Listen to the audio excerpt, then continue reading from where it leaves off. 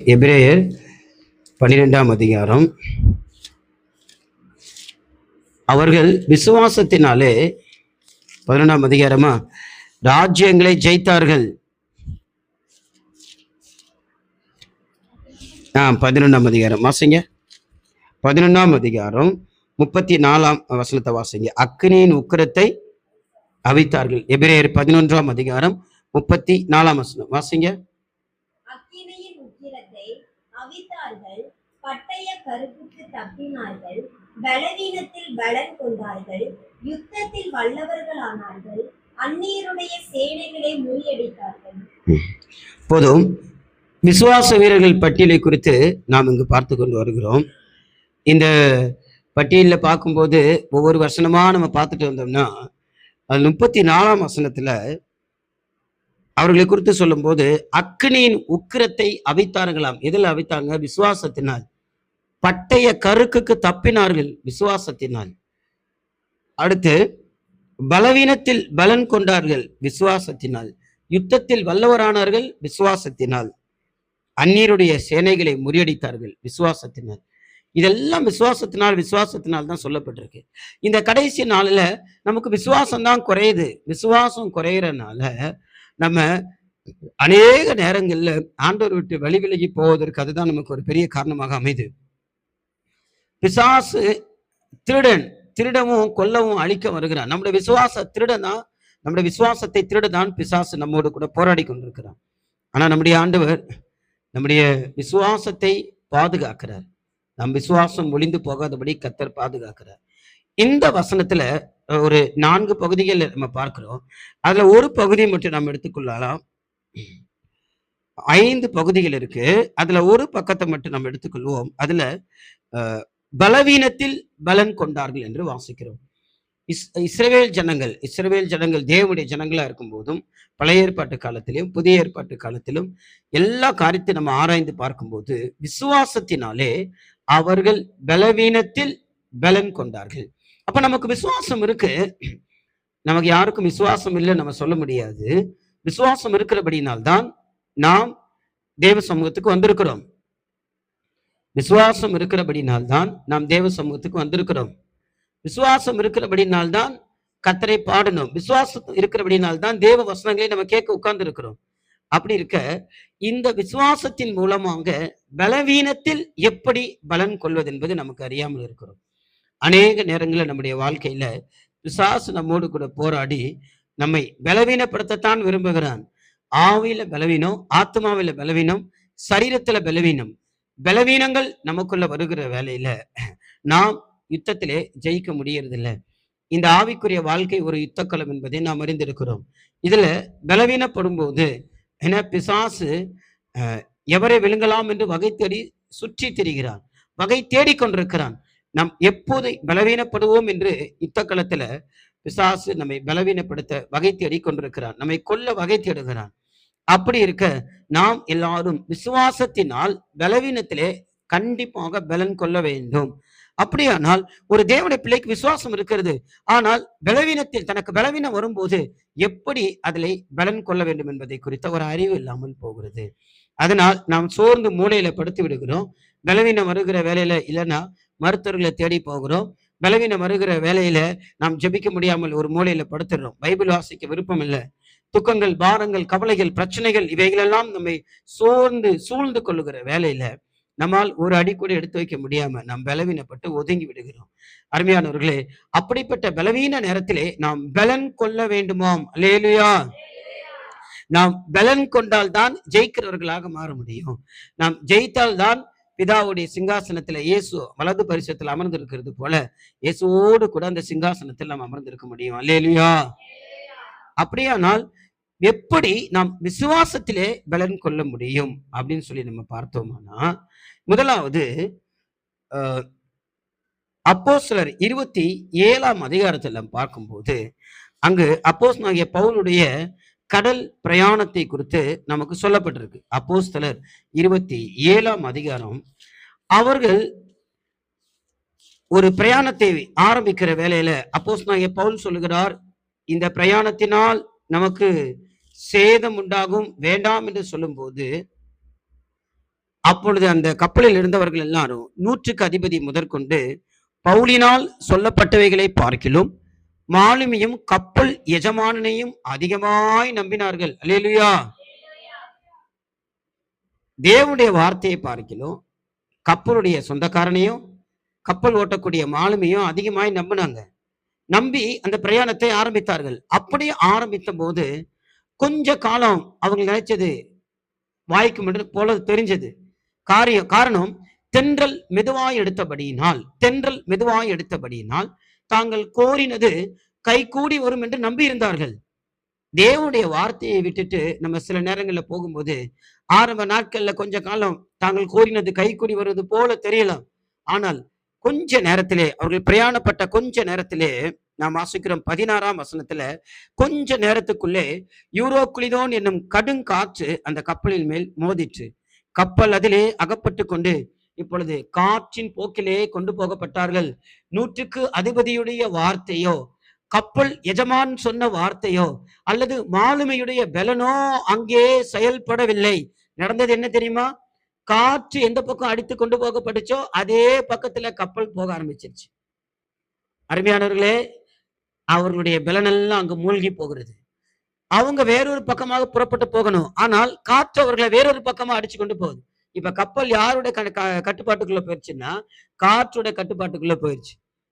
அது போல நாம் பலவீனப்படுகிற வேலையில துக்கம் வரும்போது, சோதனை வரும்போது நாம் பலசாலிகளா இருக்க வேண்டும். பலவீனத்திலே நாம் பலன் கொள்ள வேண்டும். இல்லாவிட்டால் அந்த காற்று நம்மை அடித்து கொண்டு போகும். சோதனை என்ற காற்று நம்மை அடித்து கொண்டு போகும். பெருவெள்ளம் என்கிற வெள்ளம் நம்மை இழுத்து கொண்டு போய்விடும். எனவே சோதனைகளும் கஷ்டங்களும் போராட்டங்களும் பெருவெள்ளத்தை போல, புயல் காற்றை போல நம்முடைய வாழ்க்கையில் வந்து மோதுகிற வேலையில நாம் பலவீனப்படுவோம். அந்த பலவீனத்திலே நாம் பலன் கொள்ள வேண்டும். அப்படி நாம் பலன் கொள்ள தவறும் போது, நாம் பலன் கொள்ள தவறினால் அந்த காற்றும் அந்த வெள்ளமும் நம்மை இழுத்து கொண்டு போகும். அருமையானவர்களே, சோதனைகளும் போராட்டங்களும் பெருவெள்ளமும் புயல் காற்றும் இல்லாமல் கிறிஸ்தவ வாழ்க்கை இல்லை. அருமையானவர்களே, அப்படிப்பட்ட பெருவெள்ளமும் புயல் காற்றை நாம் சந்திக்கும் போது நாம் பலவீனப்படுவோம். ஆனாலும் அந்த பலவீனத்திலே நாம் பலன் கொள்ள வேண்டும் என்பதுதான் தேவனுடைய சித்தமாக இருக்கிறது.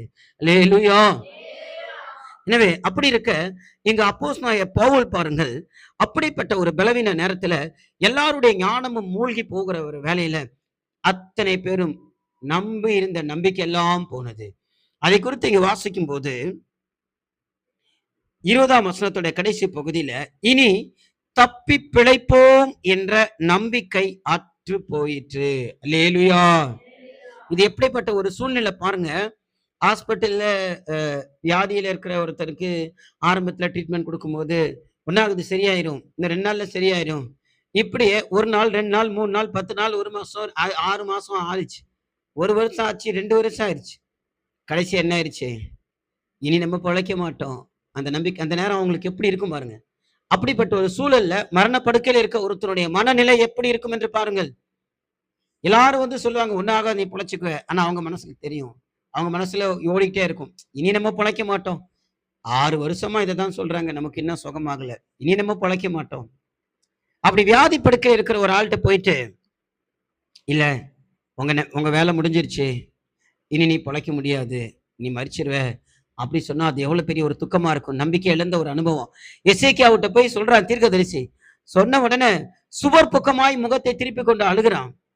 நம்பிக்கை இல்லாத ஒரு சூழ்நிலை. அது மிகவும் மோசமான ஒரு அனுபவம். உங்க வாழ்க்கையில யாராவது அப்படிப்பட்ட அனுபவத்துக்கு போயிருக்கீங்களா?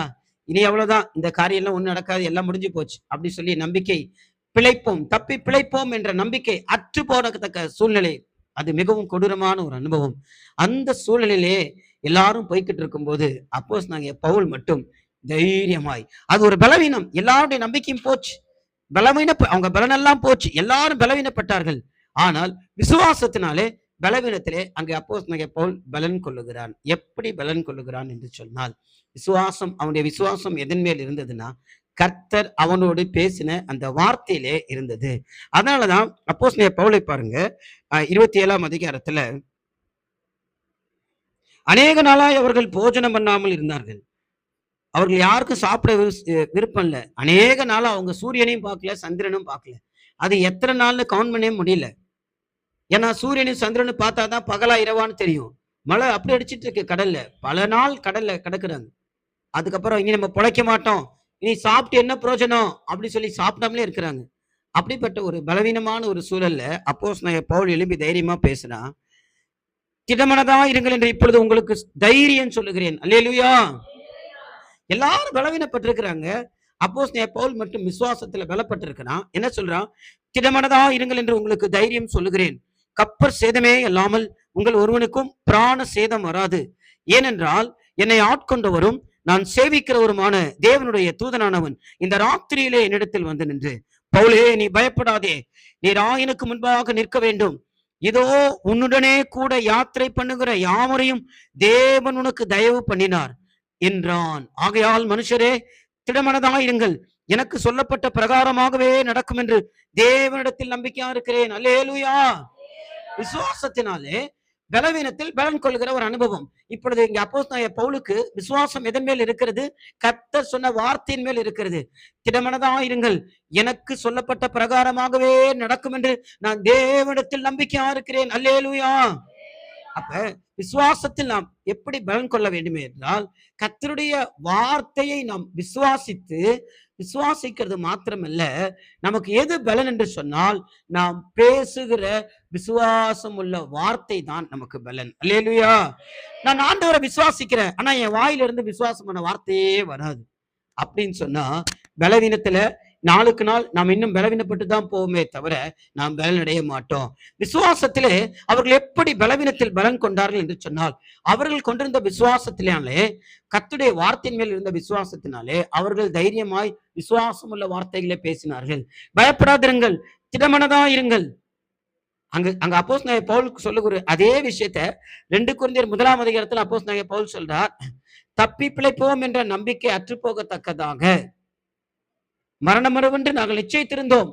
அப்படிப்பட்ட மரணத்தின்று அவர் எங்களை தப்பித்தார். அந்த நேரத்துல அப்போஸ்தலனாகிய பவுலுடைய மரணம் கூட எப்படி இருந்திருக்குன்னா, தப்பி பிழைப்போம் என்ற நம்பிக்கை அவனுக்கு இல்லாம தான் போச்சு. வாசிங்க 2ஆம் அதிகாரம் 2 கொரிந்தியர் 1ஆம் அதிகாரம் 5ஆம் வசனமா. அப்படிப்பட்ட மரணத்திலிருந்தும் அவர் எங்களை தப்பி வைத்தார், இப்போதும் தப்பி வைக்கிறார். 10ஆம் வசனம் வாசிங்க. தப்பி பிழைப்போம் என்ற நம்பிக்கை.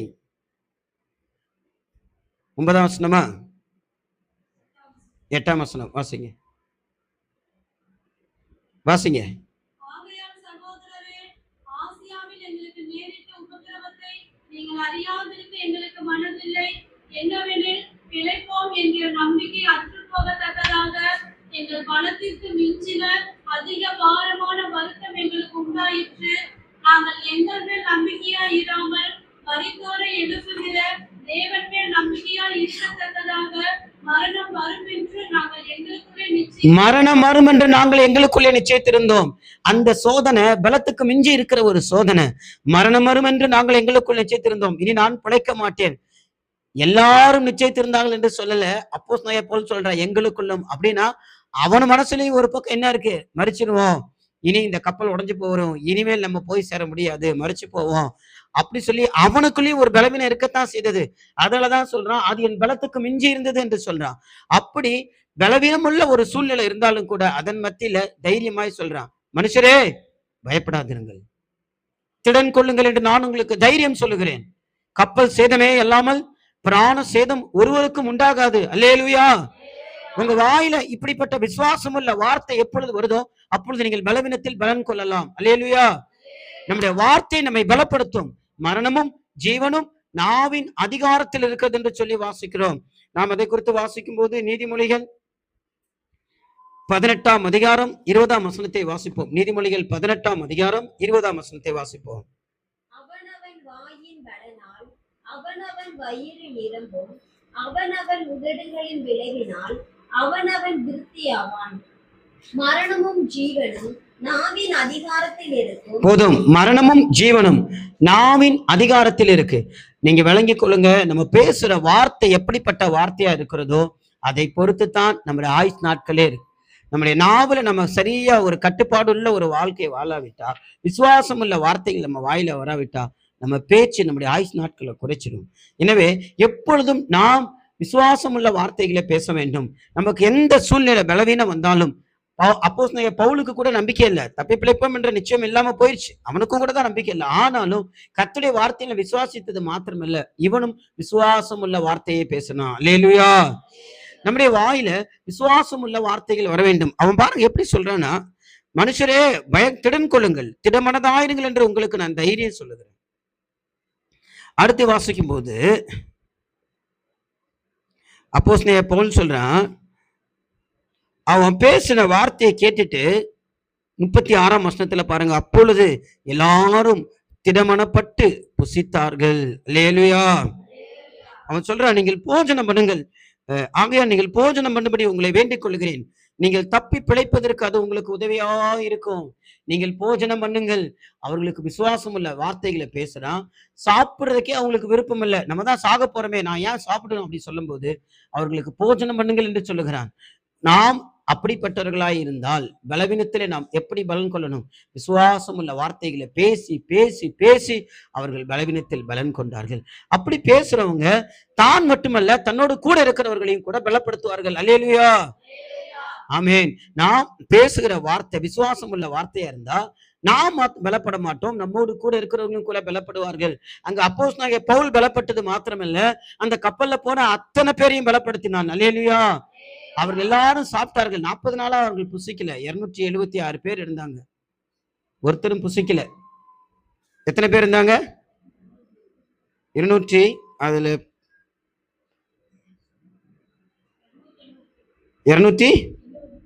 270 பேர் இருந்தோம் என்று 37ஆம் வசனத்துல வாசிக்கிறோம். 270 பேர். 270 பேரையும் ஒரு மனுஷனுடைய வார்த்தை எப்படிப்பட்டிருக்கு? உயிர்ப்பித்திருக்கு. அப்ப நம்முடைய வார்த்தை எப்படி இருக்கணும்? பலவீன நேரத்திலே நாம் எப்படி பலன் கொள்ளணும்? நமக்கு பலவீனம் வருதா, சோர்ந்து மூலையில படுக்க கூடாது. அல்லேலூயா. பலவீனத்தில் பலன் கொள்ளணும். நமக்கு கர்த்தர் விசுவாசத்தை கொடுத்திருக்கிறார். நான் இயேசுவை விசுவாசிக்கிறேன் என்று சொல்லுகிறவர்கள் ஒரு அல்லேலூயா சொல்லுங்க. நான் இயேசுவை விசுவாசிக்கிறேன் என்று சொல்லுகிறவர்கள் ஒரு அல்லேலூயா சொல்லுவோம். இயேசுவை விசுவாசிக்கிறவர்கள் தைரியமா இருந்து விசுவாசம் உள்ள வார்த்தைகளை பேச வேண்டும். பலவீனத்தில் பலன் கொள்ள வேண்டும். நம்முடைய வார்த்தை தான் நம்மை முதலாவது பலப்படுத்தும். அதனால நான் தீர்க்கதரிசி சொல்லும் போது, பலவீனனும் தன்னை பலவான் என்று சொல்ல கடவன், அப்பொழுது அவன் பலவீனம் மாறும், அவன் பலவானா மாறுகிறான். அல்லேலூயா. பலவீனனும் தன்னை பலவான் என்று சொல்ல கடவன், விசுவாசம் உள்ள வார்த்தையை பேச கடவன். விசுவாசம் உள்ள வார்த்தைகள் மூலமாக பலவீனத்திலே நாம் பலன் கொள்வோம். அல்லேலூயா. இரண்டாவதாக எப்படி பலவீனத்திலே நாம் பலன் கொள்வோம் என்று சொல்லி பார்க்கும்போது, தாவீதுடைய வாழ்க்கையை நாம் எடுத்துக்கொள்ளலாம். 1 சாமுவேல் 30ஆம் அதிகாரத்தில் நாம் வாசிக்கும் போது, 1 சாமுவேல் 30ஆம் அதிகாரத்துல அங்கு தாவீதுக்கு ஒரு மிகுந்த நெருக்கம் உண்டாகிறது. அவன் மனைவி, பிள்ளைகள், அவனுக்குள்ள எல்லாவற்றையும் அவன் களவாய் கொண்டு போகப்பட்ட பின்பு அவன் எல்லாவற்றையும் விட்டு ஏமாந்து இழந்தவனாய் அந்த இடத்தில் நின்று கொண்டிருக்கிறான். இப்போது அவனோடு கூட இருந்தவர்களும் கூட அவனுக்கு விரோதமாக எழும்பி அவனை கல்லெறிய ஆரம்பித்தார்கள். இப்ப என்ன செய்தாங்க கவனிங்க. தாவீதோடு யுத்தத்துக்கு போனவங்க தான். அவங்க துக்கம் தாங்க முடியாம அழுது அழுது அழுது அழுகிறதற்கு பலன் இல்லாமல் போக மட்டும் அவர்கள் அழுதார்கள். அப்படின்னா அழுவதற்கே அவர்களுக்கு பலன் இல்லை. அந்த அளவுக்கு அத்தனை பேரும் பலவீனமானார்கள். அல்லேலூயா. நம்ம வாசிக்கும் போது 1 சாமுவேல் 30ஆம் அதிகாரம் 4ஆம் வசனத்தை வாசிங்க. அப்பொழுது தாவீதும் அவனோடு இருந்த ஜனங்களும் அழுகிறதற்கு தங்களில் பலன் இல்லாமல் போகும் மட்டும் சத்தமிட்டு அழுதார்கள். அல்லேலூயா. எல்லாரும் அங்க பலவீனப்பட்டார்கள். அழுது அழுது அழுது இனி அவர்களுக்கு பலன் இல்லை, இனி பலனே இல்லை. சில மரண வீட்டுலாம் பாருங்க, அழுது அழுது அழுது அவங்க இனி பலன் இல்லாம என்ன செஞ்சிருவாங்க? மயக்கம் போட்டு விழுந்துருவாங்க, பார்த்துருக்கோம்ல. அது போல அழுது அழுது அழுது அவர்களுக்கு பலன் இல்லை, இனி என்ன செய்யணும்? மயக்கம் போட்டு தான் விழணும். அதே நேரத்துல எல்லாரும் பலவீனப்பட்டிருக்கிறாங்க. அதே நேரத்துல அந்த தாவீதும் கூட அவர்களோட கூட சேர்ந்து பலவீனப்பட்டிருக்கிறான். தாவீதுக்கு இன்னும் அதிகமான பலவீனம். கூட இருந்தவங்களே என்ன செஞ்சான்? கல்லிருந்து வழி தேடுகிறான். அப்படிப்பட்ட சூழல்ல பலவீனத்திலே தாவீது தன் தேவனாய் கர்த்தருக்குள் தன்னை பலப்படுத்தி கொண்டான், திடப்படுத்தி கொண்டான். ஒரு தேவனுடைய பிள்ளை பலவீனத்துல எப்படி பலன் கொள்ள வேண்டும் என்று நம்ம பார்த்து கொண்டு வருகிறோம். முதலாவது விசுவாசம் உள்ள வார்த்தையை பேசி நாம் பலன் கொள்ள வேண்டும். இரண்டாவதாக தாவீதுடைய அனுபவத்துல வாசிக்கும் போது, அத்தனை பேரும் அழுவதற்கே பலன் இல்லாமல் போன போது தாவீதும் அழுவதற்கு பலன் இல்லாமல் போனான். அந்த மாதிரி ஒரு சூழ்நிலையில ஏபோத்தை கொண்டு வா. அல்லேலூயா. உடனே தாவீது என்ன சொல்றான்? ஏபோத்தை கொண்டு வா. ஏபோத்தின் மூலமாக பலன் அடையக்கூடிய ஒரு அனுபவம் இருக்கிறது. அதை குறித்து நாம் வாசிக்கும் போது 7ஆம் வசனத்தை வாசிங்கள். தாவீது அகிமெலேக்கின் குமாரனாகிய அபியாத்தார் என்னும் ஆசாரியனை நோக்கி, ஏபோத்தை என்னிடத்தில் கொண்டு வா என்றான். அபியாத்தார் ஏபோத்தை தாவீதினிடத்தில் கொண்டு வந்தான். இந்த அபியத்தார் அவன் ஒரு ஆசாரியன். ஆசாரியன் இடத்துல ஏபோத்து என்ன ஒரு வஸ்திரம், ஏபோத்து என்ன சொல்லக்கூடியது ஒரு வஸ்திரம். அந்த வஸ்திரத்தை கொண்டு வந்து கேட்டா கர்த்தர் பேசுவாராம். தேவ சத்தம் கேட்குமா அந்த வஸ்திரத்தின் மூலமாக? அப்ப அந்த வஸ்திரத்தை கொண்டு வர சொல்லி தேவனிடத்துல தாவீது விசாரிக்கிறான். கர்த்தாவே, நான் அந்த தண்டை பின் தொடரலாமா? இல்ல நீர் எனக்கு சிச்சை கொடுத்துட்டீரா, இனி என் மனைவி பிள்ளைகளை என்னால பார்க்க முடியாதா? இல்ல நான் மறுபடியும் திருப்பி கொண்டு வருவேனா? நான் பின் தொடரலாமா வேண்டாமா? நீ சொல்லும் ஆண்டவரே. அப்படி ஆண்டவரத்துல கேட்கும்போது கர்த்தர் சொல்றாரு பாருங்க. அப்பொழுது கர்த்தர் என்ன சொல்றாரு? அதற்கு அவர், அதை பின் தொடர், நீ அதை பிடித்து சகலத்தையும் திருப்பிக் கொள்வா என்று சொன்னார்.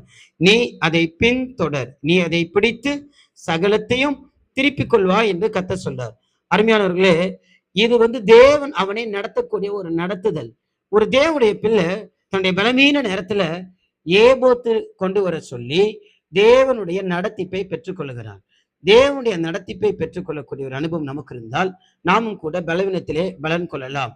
தாவீது ஏபோத்தை தன்னிடத்துல கொண்டு வர சொல்றான். நாம் என்ன செய்யணும்? நம்முடைய பலவீன நேரங்கள்ல அதிகமாய் தேவ சமூகத்தை நமக்குள்ள தேடிக்கொண்டு போக வேண்டும். ஒன்று, நமக்குள்ள தேவ சமூகத்தை நாம் உருவாக்கி கொள்ள வேண்டும். இல்லாவிட்டால் நாம் தேவ சமூகத்தை நாம் தேடி ஓடி வர வேண்டும். ஜபங்களை நாம் தடுத்து நிறுத்தக்கூடாது. ஜபத்துக்கு போகதை நிறுத்தக்கூடாது. பலவீனம் வரும்போது நம் ஜபம் குறையக்கூடாது. அல்லேலூயா. தேவ சமூகத்துக்கு போனால் அங்கே தேவனுடைய நடத்துதல் கிடைக்கும். தேவ நடத்துதல் மூலமாகத்தான் ஒரு தேவனுடைய பிள்ளைக்கு பலன் கிடைக்கிறது. பாருங்க, தாவீது கர்த்தரிடத்திலிருந்து ஒரு நடத்துதலை பெற்றுக்கொண்டான். அந்த தெய்வீக நடத்திப்பை பெற்றுக்கொண்ட பின்பு அந்த சத்துருக்களை பின்தொடர்ந்து போகிறார்கள். மொத்தம் 600 பேர் தாவீதோடு புறப்பட்டு போகிறார்கள். 600 பேர்ல முதலாவது 200 பேர் என்ன செய்யறாங்க நம்ம பார்த்தா 200 பேர், 600 பேர்ல 200 பேர் 9ஆம் வசனத்துல தாவீதும் அவனோடு இருந்த 600 பேரும் போனார்கள். அவர்கள் பேசோர் ஆற்றண்டைக்கு வந்தபோது அங்கே சிலர் நின்று போனார்கள். அங்கே பேசோர் ஆறுன்னு சொல்லியிருக்கு மூல பாஷையில. அது ஒரு பேசோர் பள்ளத்தாக்கு. பேசோர்னு சொல்லக்கூடியது ஒரு பள்ளத்தாக்கு. அந்த பள்ளத்தாக்குல இறங்கி அதுக்கப்புறம் அங்க ஒரு பேசோர்னக்கூடிய ஆற்றை கடந்து போகணும். மொத்தம் 600 பேர் தாவீதோட புறப்பட்டு போறாங்க. அந்த பள்ளத்தாக்குல இறங்கின உடனே 200 பேர் என்ன ஆயிட்டாங்க? அப்பா, எங்களால முடியாது, அழுகிறதுக்கே எங்களுக்கு பலன் இல்லை, எங்களால நடக்க முடியல சொல்லி என்ன பண்ணிட்டாங்க? அந்த பள்ளத்தாக்குல 200 பேர் நின்றுட்டாங்க. இப்ப தாவீது கூட எவ்வளவு பேர் இருக்கிறாங்க? 400 பேர் இருக்கிறாங்க. அந்த 400 பேரும் ஆற்றை கடக்குறாங்க. அந்த ஆற்றுல பாதி தூரம் கடந்து உடனே அங்க மீதி 200 பேர் எங்களால முடியல நிக்கிறாங்க. அந்த அடுத்த வருஷத்தை வாசிக்கும் போது தாவீதோடு 400 பேரோடு கூட தாவீது தொடர்ந்து போனான். மறுபடியும் 200 பேர் விடாய்த்து போனபடியினால் பேசோர் ஆற்றை கடக்க மாட்டாமல் நின்று போனார்கள். தைரியமா கடந்து போனாங்க, நாங்களும் திருப்பி கொண்டு வரோன்னு. ஆத்துல இறங்கி பாதி தூரம் போனாங்க. அவர்களுக்கு பலவீனம் வந்துருச்சு. அவங்க விடாய்த்து போயிட்டாங்க, பாதியிலே நின்னுட்டாங்க. ஆனாலும் தாவீதுக்கு விடாய்ப்பு உண்டாகல. அல்லேலூயா. அழுகிறதற்கே பலன் இல்லாமல் போன தாவீதுக்கு அத்தனை சத்துருவை எதிர்த்து கொன்னு சகலத்தையும் திருப்பிக் கொள்வதற்கு பலன் எப்படி வந்துச்சு? அல்லேலூயா. எப்படி யுத்தம் செய்திருக்கான் என்று பாருங்க. அந்த யுத்தத்தை பாருங்க. 17ஆம் வசனத்தை வாசிங்க. அவர்களை தாவீது அன்று சாயங்காலம் தொடங்கி மறுநாள் சாயங்காலம் மட்டும் முறியடித்தான். ஒட்டகங்கள் மேல் ஏறி ஓடி போன 400 வாலிபர்கள் தவிர அவர்களில் வேறொருவரும் தப்பவில்லை. தாவீது இன்னைக்கு சாயந்தரம் யுத்தத்தை ஆரம்பிக்கிறான். இரவெல்லாம் யுத்தம், காலையில யுத்தம், மதியான யுத்தம், அடுத்த நாள் மாலை வரைக்கும் யுத்தம் செய்கிறான். யார் யுத்தம் செய்கிறா? அழுகிறதுக்கு கூட பலன் இல்லாதவன் எப்படிங்க இப்படி யுத்தம் செய்ய முடிந்தது? அதுதான் தெய்வீகமான ஒரு நடத்துதல். தேவ பிரசன்னமும் தெய்வீகமான நடத்துதலும் இருக்கும்போது விசுவாசத்தினால் பலவீனத்தில பலன் கொள்கிறார்கள். கர்த்தருடைய வார்த்தையை தாவீது விசுவாசித்தான். அது தேவ நடத்திப்பை விசுவாசித்த போது பலவீனத்திலும் அவனுக்கு பலன் வந்தது. அழுவதற்கு பலன் இல்லாமல் போனவன் இப்போது மாலை தொடங்கி அடுத்த மாலை வரைக்கும் யுத்தம் செய்கிறவனாய் இருக்கிறான். அல்லேலூயா. அருமையானவர்களே, சின்ன காரியமோ பெரிய காரியமோ ஆண்டவரிடத்துல கேட்டு, ஆண்டவரே நான் பின்தொடரலாமா, இதை நான் செய்யலாமா, கேட்டு கேட்டு செய்யும் போதுதான் நம்முடைய பலவீனத்துல பலன் கிடைக்கும். தெய்வீகமான நடத்துதல் நாம் பெற்றுக்கொள்ளும்படியாக நாம் என்ன செய்யணும்? தேவ சமூகத்துக்கு ஓடி போக வேண்டும். தேவ பிரசன்னத்துக்கு ஓடி போக வேண்டும். தாவீது என்ன சொன்னா? அந்த ஏபோத் என்னிடத்துக்கு கொண்டு வா. ஏபோத்து நமக்கு இருந்தால், அது தேவனோடு இருக்கிற ஐக்கியம் நமக்கு இருந்தால், தேவ சமூகத்தை உணர்கிற அனுபவம் நமக்கு இருந்தால், நமக்கு தெய்வீகமான நடத்திப்பு கிடைக்கும். அந்த தெய்வீகமான நடத்திப்பு நமக்கு இருக்கும்போது நாம் பலவீனத்திலே பலன் கொள்ளலாம். அல்லேலூயா. அடுத்து மூன்றாவதாக, ஒரு தேவனுடைய பிள்ளை எப்படி விசுவாசத்தின் மூலமாக பலவீனத்துல பலன் கொள்ளலாம் என்று பார்க்கும்போது, அது ஆபிரகாமுடைய வாழ்க்கையிலும் அப்போஸ்தலனாகிய பவுலுடைய வாழ்க்கையிலும் கூட இருந்தது. இதுல வாழ்க்கையில ரொம்ப பலவீனப்பட்டு நம்பிக்கை இல்லாமல் போய் தன் வேலைக்காரியாகிய தன் அடிமை பெண்ணோடு கூட அவனை மனைவியாக்கி கொண்டு அவன் மூலமாய் தன் வீடு கட்டப்படும் என்ற ஒரு நிலவரத்துக்கு விசுவாசத்துல அவன் பின்வாங்கி போன ஆபிரகாம் தான். அவனோடு கர்த்தர் பேசுகிறார். தேவ வார்த்தையை விசுவாசிக்கிறான். விசுவாசித்து அவன் பலவீனத்துல எப்படி பலன் கொண்டான் என்று 6ஆம் அதிகாரம், ரோமர் 6ஆம் அதிகாரம் 4ஆம் அதிகாரம் 18ஆம் வசனத்திலிருந்து வாசிக்கிறோம். ரோமர் 4ஆம் அதிகாரம் 18ஆம் வசனத்திலிருந்து வாசிங்க. ரோமர் 4ஆம் அதிகாரம் 18ஆம் வசனத்திலிருந்து. உன் சந்ததி இவ்வளவா இருக்கும் என்று சொல்லப்பட்டபடியே நான் அநேக ஜாதிகளுக்கு தகப்பனாவதை நம்புவதற்கு ஏதுமில்லாதிருந்தும் அதை நம்பிக்கையோட விசுவாசித்தான். நம்பிக்கையோட விசுவாசித்தான். அதோடு கூட இருக்கல, அவன் பலவீனத்துல எப்படி பலன் கொண்டான்? அடுத்து வாசிங்க. அவன் விசுவாசத்திலே பலவீனமாய் இருக்கவில்லை. அவன் சரீரத்துல பலவீனம் இருந்தது, விசுவாசத்துல அவன் பலவீனமா இருக்கல. அவன் எப்படி பலன் கொண்டான்? அவன் ஏறக்குறைய 100 வயதுள்ளவனாய் இருக்கும்போது 100 வயதா இருக்கிறது. தன் சரீரம் செத்துப் போனதையும் சரீரம் செத்து போனதையும் சாராளுடைய கற்பம் செத்து போனதையும் எண்ணாதிருந்தான். எல்லாரும் சத்தம் ஒரு அல்லேலூயா சொல்லுங்க. அதோட அர்த்தம் என்னன்னா, எண்ணாதிருந்தான்னா அவன் மனசுல கூட அந்த எண்ணம் வரல, நெகட்டிவான ஒரு எண்ணம் வரல. ஐயோ எனக்கு 100 வயசாயிருச்சே, ஐயோ சாராளுடைய கற்பம் செத்துருச்சே அப்படி சொல்லி அவன் மனசுல கூட நெகட்டிவான எண்ணம் வரவே இல்லை. ஆனா நமக்கு பாருங்க, பிசாசு பேசுறான், ஏய் அப்படி எல்லாம் ஆகாது, இப்படி ஆகாது, அப்படி ஆகாது, இப்படி ஆகாது, உட்காந்து யோசிச்சுக்கிட்டே இருக்கிறோம். பிசாசு நல்லா பேசுறான், நம்ம அமைதியா உட்காந்து கேட்கிறோம். நீங்க நல்லா விளங்கிங்க, தேவ சத்தம் கேட்கும்படியாக தேவ சமூகத்துக்கு போய் காத்திருக்கிறோம். அமைதியா இருந்து ஆண்டவர் பேசுவாரா அப்படின்னு ஜெபம் பண்ணிட்டே இருக்கிறோம். அதே போல பிசாசு சத்தம் கேட்கறதுக்காக சில பேர் என்ன தெரியுமா செய்வாங்க? யார்ட்டுமே பேசாம மாறி போய் உட்காந்துருப்பாங்க. அங்கதான் பிசாசும் கூட பேசுவான். நீ போ, நீ போ, நீ அப்படி ஆயிடுவ, இப்படி ஆயிடுவ. அதே நேரத்துல உன்னை பத்தி அப்படி சொல்லிட்டாங்கல்ல, உன்னை பத்தி இப்படி சொல்லிட்டாங்கல்ல, விட்டாத அவங்கள, போ, பேசு, விடாத, கேளு. இப்படி எல்லாம் பிசாசு தான் நம்மள்ட்ட பேசுவான். ஆண்டவர் என்ன தெரியுமா பேசுவாரு? தெரியாம பேசிட்டாங்க, மன்னிச்சு விட்டுரு, அப்படிதான் ஆண்டவர் பேசுவாரு. பிசாசு என்ன பேசுவான்? விடாத, போய் கேளு, 2ல 1 பாத்துரு. இதெல்லாம் பிசாசு பேசுறது. அப்ப இது போல பிசாசுடைய சத்தம் நம்ம காதுல கேட்ட உடனே நம்ம உடனே என்ன தெரியுமா செஞ்சிருவோம்? உடனே போய் அதுக்கு கீழ்ப்படிஞ்சிருவோம். உட்காந்து யோசிச்சுக்கிட்டே இருப்போம், இப்படி பேசுறாங்கல்ல, இப்படி பேசுறாங்கல்ல, இப்படி பேசுறாங்கல்ல, அது நம்ம மைண்ட்ல வந்துகிட்டே இருக்கும். உடனே என்ன செய்திருவோம்? போய் என்ன செய்திருவோம்? சண்டை போடுவோம், எதிர்த்து பேசிடுவோம். பிசாசோட திட்டம் நிறைவேறிடும். ஆனா ஆபிரகாம் என்ன செய்துட்டான்னு தெரியுமா? மனசுல கூட கொண்டு வரல. அல்லேலூயா. எல்லாரும் சொல்லுவாங்க, ஏய் உனக்கு கை வலிக்குதா, கண்ணு தெரியாம போகுதா, கை கால் வலி வந்துருச்சா, அவ்வளவுதான், போச்சு, இனி அவ்வளவுதான், உனக்கு வயசாகி போச்சு, இனி அவ்வளவுதான், அப்படி எல்லாம் பேசும்போது நம்ம என்ன செய்வோம்? ஆமா நம்ம செத்துருவோமோ, சீக்கிரமா செத்துருவோமோ.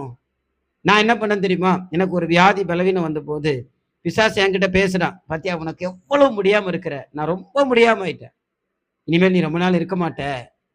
அப்ப நீ நிறைய புக்ஸ் எல்லாம் வச்சிருக்கிறேன். நான் பிசாசு என்கிட்ட பேசுறான், யாருக்காவது கொடுத்துரு.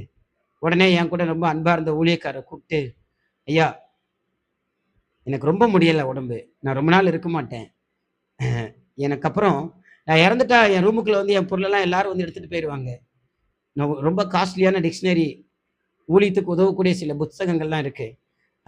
வந்து அதை எடுத்துட்டு போயிருங்க ஐயா அப்படி சொல்லி அவரை கூப்பிடுறேன். அவர் வந்துட்டாரு. வந்துட்டு கேட்டாரு, நீ சீக்கிரமா செத்துருவன்னு யாரு உன்கிட்ட பேசுனா? கர்த்தர் பேசினாரா? நீ செத்துருவன்னு சொல்லி என்னைக்காவது ஆண்டவர் பேசுவாரா? கர்த்தர் பேசினாரா? ஒரு ஊழியக்காரன் சாகன்றதுக்காக கர்த்தர் அழைச்சி கொண்டு வருவாரா? அப்படி அவர் கேட்கிறாரு. மூஞ்சில் அடிச்ச மாதிரி பேசுறாரு. உன் டைரி வேணுமா? டைரி. விசுவாசம் இல்லாத மாறுபாடான சந்ததியே, ஏன் ஆண்டவர் அவிசுவாசமா இருக்க? நீ சாக மாட்ட போயா அப்படின்னு சொல்லிட்டு போயிட்டாரு. பாருங்க, அவருடைய விசுவாசம். அந்த நேரத்தில் அவர் பேசின வார்த்தை கொஞ்சம் துக்கமா இருந்தாலும் அவருடைய விசுவாசத்தை யோசிச்சு பார்த்தேன். விசுவாசத்துல எவ்வளவு வைராக்கியமா இருக்காங்க. மனசுல கூட அந்த எண்ணத்தை கொண்டு வரல அவங்க. அப்ப என் கூட பேசினது யாரு? பிசாசு. அது போல பிசாசு அநேக நேரங்கள் நம்ம கூட பேசுவான். அதை நம்ம கேட்டோம்னா நம்ம விசுவாசம் போயிடுவோம். இங்க ஆபிரகாமுக்கு சொல்லும்போது அதை எண்ணாதிருந்தான், அவன் மைண்ட்ல கூட வரல. அதே போல இங்க ஆபிரகாம் எண்ணாதிருந்தான். எபிரேயர்ல வாசிக்கும் போது சாரால் எண்ணினாள்னு இருக்கு. வாசிங்க, சாரால் எண்ணினாள். எபிரேயர் 11ஆம் அதிகாரத்துல 11ஆம் வசனம் வாசிங்க. விசுவாசத்தினாலே சாராளும் வாக்குத்தத்தம் பண்ணினவர் உண்மையுள்ளவர் என்று எண்ணி கர்ப்பந்தரிக்க பலன் அடைந்து. வாக்குத்தத்தம் பண்ணினவர் உண்மை உள்ளவர் என்று எண்ணி. அங்க அவன் எண்ணல, இவன் எண்ணினா. அப்படின்னு என்ன அர்த்தம்? இவள் எண்ணினாள். வாக்குத்தத்தம் பண்ணினவர் உண்மையில் என்று அவன் மனதில் நினைத்தாள். அவிசுவாசமான எண்ணங்களுக்கு இடம் கொடுக்கல. அது போல ஆபிரகாமும் கூட அவிசுவாசமான வார்த்தைகளுக்கும் எண்ணங்களுக்கும் இடம் கொடுக்கல. அருமையானவர்களே, தேவனை விசுவாசிக்கிற நாம் பலவீனத்தில் பலன் கொள்ள வேண்டுமே. ஆனால் கர்த்தருடைய வாக்கு தத்தங்களை விசுவாசிக்கிறது மாத்திரமல்ல, மனதுல கூட அப்படிப்பட்ட அவிசுவாசமான எண்ணங்களை கொண்டு வராமல் அடுத்து என்ன செய்தான்? வாசிங்க, ரோமர் 6ஆம் அதிகாரத்துல வாசிக்கும் போது, வாக்கு தத்தம் பண்ணினவர் உண்மையுள்ளவர் என்று எண்ணி முழு நிச்சயமாய் நம்பி தேவனை மகிமைப்படுத்தி விசுவாசத்திலே வல்லவனானான். அல்லேலூயா. அப்ப பலவீனத்துல எப்படி பலன் கொள்ள வேண்டுமே? ஆனால் தேவனை மகிமைப்படுத்த வேண்டும். நம்முடைய பலவீனத்துல தேவனை மகிமைப்படுத்த வேண்டுமாம், கர்த்தரை துதிக்க வேண்டுமாம். நம்முடைய வாழ்க்கையில பலவீனங்கள் வருகிற வேலையில விசுவாசத்தினாலே நாம் எப்படி பலன் கொள்ள வேண்டுமே? ஆனால் விசுவாசித்து கர்த்தரை துதித்து நாம் பலன் கொள்ள வேண்டுமாம். அல்லேலூயா. ஆமீன். அப்போஸ்தலனாகிய பவுலை குறித்து சொல்லும் போது தேவனை ஸ்தோத்திரித்து தைரியம் அடைந்தான். பலவீனப்படல, அவன் சோர்ந்து போகல. பயப்படக்கூடிய சூழ்நிலை வந்தபோது அவன் தேவனை ஸ்தோத்திரித்து தைரியம் அடைந்தான். நம்முடைய வாழ்க்கையில பலவீனம் வரும்போது தேவனை நன்றாக துதிக்க ஆரம்பிக்க வேண்டும். நாம் கர்த்தரை நல்லா துதிக்கணும். சில பலவீனங்கள் நம்ம வாழ்க்கையில வரும்போது, இது வரைக்கும் எத்தனை பலவீனங்கள் நம்ம வாழ்க்கையில வந்திருக்கு, அதுல இருந்தெல்லாம் கர்த்தர் நமக்கு விடுதலை கொடுத்திருக்காரு. அந்த பிரச்சனையில இருந்தெல்லாம் நமக்கு விடுதலை கொடுத்திருக்கிறாரு. இதுல இருந்தும் கர்த்தர் நமக்கு விடுதலை தருவார் என்று கர்த்தர் நடத்தின விதங்களை நினைத்து, கர்த்தர் நம்மை பாதுகாக்கிற விதங்களை நினைத்து, கர்த்தரே என்னை நடத்துகிறார் என்பதை விளங்கி கொண்டு நாம் பலவீனத்திலே பலன் கொள்ளும்படியாக கர்த்தரை துதிக்க வேண்டும். அல்லேலூயா. அப்ப பலவீனத்துல பலன் கொள்ள வேண்டுமே. ஆனால் கர்த்தரை விசுவாசிக்கிறது மாத்திரமல்ல, கர்த்தரை தேவனை மகிமைப்படுத்த வேண்டும். அடுத்த வசனத்தை வாசிச்சு பாருங்க தொடர்ந்து. ஆகையால் அது அவனுக்கு நீதியாக எண்ணப்பட்டது என்பது அவனுக்காக மாத்திரமல்ல நமக்காகவும் எழுதப்பட்டிருக்கிறது. அல்லேலூயா. அது அவனுக்காக மாத்திரமல்ல, யாருக்காக? இதை கேட்டுக்கொண்டிருக்கிற நமக்காக, இதை பேசிக் கொண்டிருக்கிற எனக்காக. நாம் பலவீனத்துல பலன் கொள்ள வேண்டுமே. ஆனால் நம்முடைய பலவீனத்திலே கர்த்தரை துதிக்க வேண்டும். பவுலும் சீலாவும் கட்டப்பட்டிருந்தார்கள். தொழுமரத்துல கட்டப்பட்டிருந்தது. சரீரத்துல காயங்கள் இருந்தது. சரீரம் முழுவதும் பலவீனத்தினால் நிரம்பி இருந்தது. அவர்களால் ஒரு இன்ச்சு கூட நவர முடியாத ஒரு சூழல் தான். ஆனாலும் அந்த கட்டுகள் மத்தியில பவுலும் சீலாவும் கர்த்தரை துதித்தார்கள். பலவீனத்தில பலன் கொண்டார்கள். அங்கு சிறைச்சாலையின் கதவுகள் அசைந்தது. அங்கிருந்து அத்தனை பேரும் ரட்சிக்கப்பட்டார்கள். அல்லேலூயா. விசுவாசத்தினாலே பலவீனத்துல பலன் கொள்ள வேண்டுமே. ஆனால் நாம் தாமே கர்த்தரை விசுவாசித்து மாத்திரமல்ல, கர்த்தரை துதிக்க வேண்டும். முதலாவது கர்த்தருடைய வார்த்தை விசுவாசிக்கிறது மாத்திரமல்ல, நாமும் விசுவாசம் உள்ள வார்த்தைகளை பேசி கர்த்தரிடத்திலே நாம் பலவீனத்துல பலன் கொள்ள வேண்டும். இரண்டாவது, தேவ நடத்திப்பை பெற்றுக்கொண்டு அந்த சூழலிலே தேவ சமூகத்துக்கு ஓடிப்போய் தேவ சமூகத்தில் இருந்து நம் பலவீனத்தில் நாம் பலன் கொள்ள வேண்டும். மூன்றாவதாக, கர்த்தருடைய வார்த்தையை விசுவாசிக்கிறது மாத்திரமல்ல, அந்த வார்த்தையை விசுவாசித்து கர்த்தரை துதித்து மகிமைப்படுத்தி நம் பலவீனத்திலே நாம் பலன் கொள்ள வேண்டும். அல்லேலூயா. இந்த வாரத்திலும் நம்முடைய பலவீனத்திலே நம் பலவீனர்களா இருக்கக்கூடாது, நம் பலசாலிகளா இருக்க வேண்டும், பராக்கிரமசாலிகளா இருக்க வேண்டும். விசுவாசிக்கிற நாம் பலசாலிகளாய் மாற வேண்டும். பலவீனத்திலே நாம் பலன் கொள்ள வேண்டும். கர்த்தர் நமக்கு கிருபை தரும்படியாய் எல்லாரும் சேர்ந்து கர்த்தரை ஸ்தோத்திரம் பண்ணுவோம். ஸ்தோத்திரம் ஸ்தோத்திரம் ஸ்தோத்திரம் ஸ்தோத்திரம் ஸ்தோத்திரம் ஸ்தோத்திரம் ஸ்தோத்திரம் ஸ்தோத்திரம். நம்முடைய பலவீனங்கள் எல்லாம் கர்த்தர் பலனாய் மாற்றுகிறபடினால் ஸ்தோத்திரம் பண்ணுவோம். கர்த்தர் நமக்கு தந்த வாக்கு தத்தங்களுக்காக கர்த்தரை ஸ்தோத்திரம் பண்ணுவோம். ஆமென். கர்த்தருடைய வார்த்தையை விசுவாசிக்கிற நாம் அவிசுவாசமான வார்த்தைகளை பேசக்கூடாது. எப்போதும் கர்த்தரை விசுவாசித்து விசுவாசமுள்ள வார்த்தைகளே பேச வேண்டும். கர்த்தர் நமக்கு கிருபை தரும்படியாய் ஸ்தோத்திரம் பண்ணுவோம்.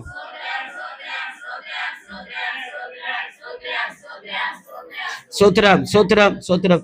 கர்த்தருடைய வார்த்தையை விசுவாசிக்கிற நாம் தேவ நடத்திப்பை பெற்றுக்கொள்ள வேண்டும். தேவ சமூகத்தில் காத்திருக்க வேண்டும். நமக்குள்ளே அந்த ஏபோத்தின் அனுபவத்தை பெற்றுக்கொள்ள வேண்டும். கிருபைக்காய் ஸ்தோத்திரம் பண்ணுவோம். ஸ்தோத்திரம் ஸ்தோத்திரம் ஸ்தோத்திரம் ஸ்தோத்திரம் ஸ்தோத்திரம் ஸ்தோத்திரம் ஸ்தோத்திரம் ஸ்தோத்திரம் ஸ்தோத்திரம் ஸ்தோத்திரம் ஸ்தோத்திரம் ஸ்தோத்திரம். ஆமென். மூன்றாவதாக நாம் பலவீனத்திலே பலன் கொள்ள வேண்டுமே. ஆனால் கர்த்தருடைய வார்த்தையை விசுவாசிக்கிறது மாத்திரமல்ல, தேவனை துதித்து மகிமைப்படுத்த வேண்டும். நம்முடைய பலவீனங்களை நம்முடைய எண்ணங்களை கூட கொண்டு வரக்கூடாது. அப்படி நாம் தேவனை துதிக்கும் போது பவுலும் சீலாவும் கட்டுக்களை பார்க்கல, சுற்றி இருந்த சிறைச்சாலை கதவுகளை பார்க்கல, சரீரத்தில் இருந்த காயங்களை பார்க்கவில்லை. அதன் மத்தியில கர்த்தரை துதித்தார்கள், பலவீனத்திலே பலன் கொண்டார்கள். நாமும் தேவனை துதித்து மகிமைப்படுத்தி பலவீனத்திலே பலன் கொள்ள கர்த்தர் நமக்கு கிருபை தரும்படியாய் ஸ்தோத்திரம் பண்ணுவோம். ஸ்தோத்திரம் ஸ்தோத்திரம் ஸ்தோத்திரம் ஸ்தோத்திரம் ஸ்தோத்திரம். இந்த வசனங்களுக்கு ஏற்ற கிருபையை கர்த்தர் நமக்கு கட்டளையிடும்படியாய் ஸ்தோத்திரம் பண்ணுவோம். நம்முடைய ஆவி ஆத்மா சரீரம் முழுவதையும் கர்த்தருடைய கரத்தில் ஒப்பு கொடுத்து ஸ்தோத்திரம் பண்ணுவோம். ஏவப்பட்டவங்க யாராவது ஜெபம் பண்ணுங்க.